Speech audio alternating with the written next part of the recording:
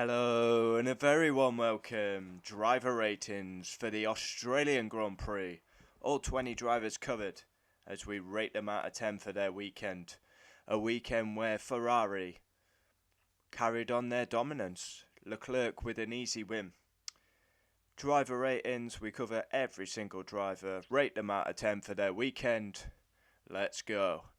Sebastian Vettel, 0.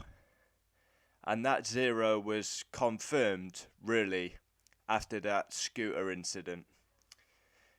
So, he missed the first 2 rounds with COVID. He comes back. He stops in practice 1. Yeah. Then he got a scooter back, no safety. Got a 5k fine. Then he missed the whole of practice 2. He crashed in practice 3. He only got 1 lap in quali. And then he got a speeding fine. Literally, the worst weekend possible. Honestly, if you descripted it, it couldn't have been any worse.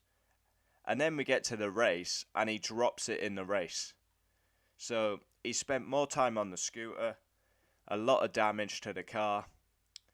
Yeah, and that scooter fine that he got was, he should have got a really harsh penalty there. Punishment. 0 for Vettel. Lance Stroll, 0. Aston Martin were just dreadful. Stroll crashed in practice 3. Then he had a strange crash in qualifying with Latifi, which got him a 3-place grid penalty. He had a good race, Lance Stroll, finishing 12th. And he also received a 5-second penalty for weaving whilst defending. Yuki Tsunoda, 3. Qualified 13th, finished 15th. Yeah, not much to say about Yuki. Just didn't seem comfortable. I think, is that the first time he's been to Melbourne? Possibly. Gasly, 6. Now, he finished in the points, Gasly, but I only give him 6 because I don't really think he set the world on fire, you know. He qualified 11th, finished 9th. I mean, he scored points, it's good, but, nothing spectacular, really. Kevin Magnussen, 3. Knocked out in Q1, and since he came back, that was his worst weekend. And Mick Schumacher actually had the edge on him. Mick Schumacher, 5. Yeah, average weekend. He beat Kevin Magnussen comfortably. Nearly had a big crash under the safety car with Tsunoda. But yeah, solid by Mick, but again, finished 13th in the race. Lewis Hamilton, 9. I thought he had a good weekend, Lewis Hamilton. He touched the wall in practice 3. He should have been on the podium, not George. George got a bit lucky with the safety car. Had there been no safety car, Lewis would have been on the podium. I think that's the best he can do. So, yeah, I give him 9. George Russell, 10. Yeah, he qualified behind Lewis. But, yeah, his first proper podium. Now, Spa's not really a podium. So, yeah, his first podium in Formula 1. His first podium for Mercedes.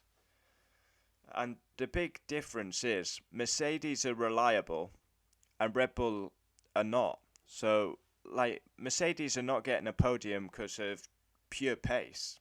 It's because they're reliable.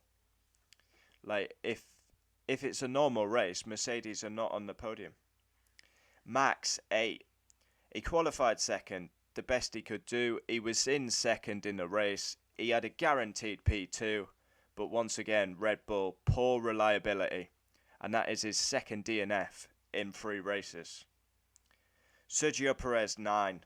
He qualifies 3rd, avoids that penalty for yellow flags, finishes 2nd, another podium, and he pulled a great move on Lewis.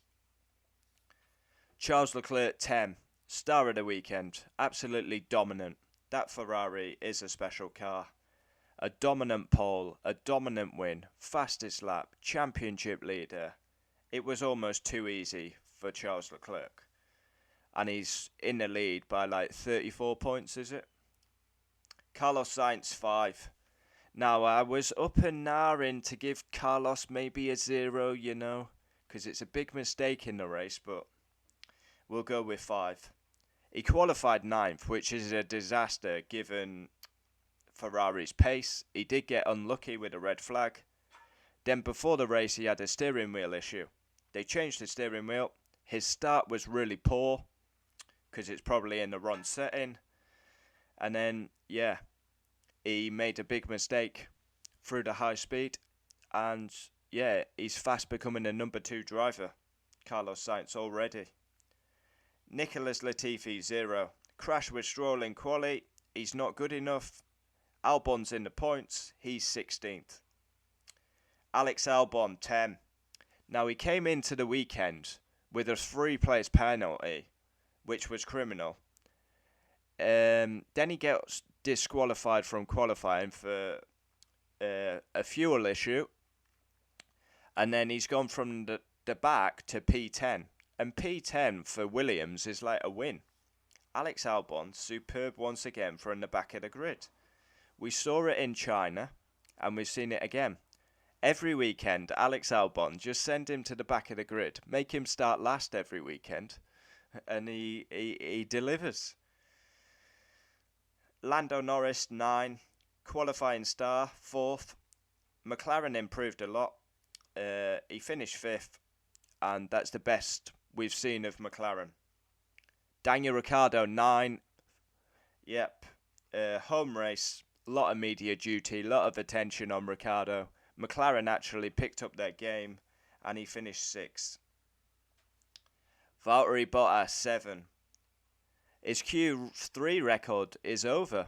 103 times he got through to Q3, but he got knocked out in Q2, and he finished the race in P8. Guan Yu Zhou, 5. Qualified 14th. Average weekend. Finished just outside the points in P11. Ocon, 7. A bit like Gasly. He scored points, but not setting the world on fire. Yeah, Alonso, outshined him. Ocon finished 7th. Fernando Alonso, 8. Alonso was on fire this weekend. I mean, if not for that issue in qualifying, he qualifies 3rd or 4th, and he probably gets a podium in the race, because at times, Alonso was quicker than the Mercedes. So yeah, he had a hydraulic issue in quali, finished the weekend in P17, and yeah, there was a possibility of big points there for Alonso. Probably the best he's driven since he's made his return back. He was on fire. So there we have it, driver ratings for the Australian Grand Prix. We go on to Imola in 2 weeks. No, we've got a week off and then Imola, I think. Yeah, comment down below your thoughts, and yeah, an enjoyable weekend. To be back in Australia was a success, and the crowd, the passion, it was a brilliant event, really. So Australia has to keep its place on the calendar. I think they need to look at the circuit, though. I do think more needs to be done with the circuit. Yeah, but an enjoyable weekend.